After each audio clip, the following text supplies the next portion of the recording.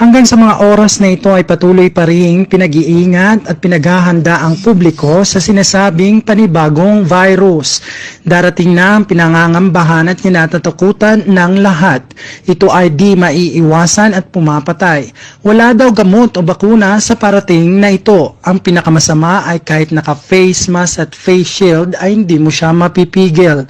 Ang tawag dito ay Velsa 30 at kahit nasa bahay ka pa ay makakapasok pa din sa bahay nyo. Ang carrier daw nito na pupunta sa bahay nyo ay siguradong maipapasa sa iyo. Hindi ka muna makakaranas ng sakit ng ulo, pero pag nasa kamay mo na at galing sa kamay ng iba ay bigla na lang sasakit ulo mo dahil sa problemang dulot nito. At baka mapasigaw ka pa para makuha atensyon ng mga kasama mo sa bahay. Ang isa pang nakakatakot ay bigla siyang lumalaki. At ito talaga ang papatay.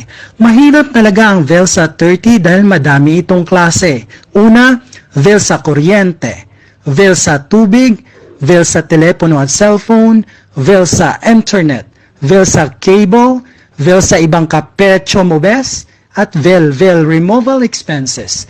Lalo na kung umuupa ka sa bahay, Velsa renta. Kung sarili mo naman bahay at lupa ay Velsa amilyar. Kaya maghanda, ito ang papatay. Papatay ng koneksyon ng mga ginagamit mo pag di na bayaran lahat. Walang makakaligtas sa Velsa 30 virus. Kaya maghanap ka ng extra source of income mo para may panlaban ka na ngayon sa Velsa 30 virus.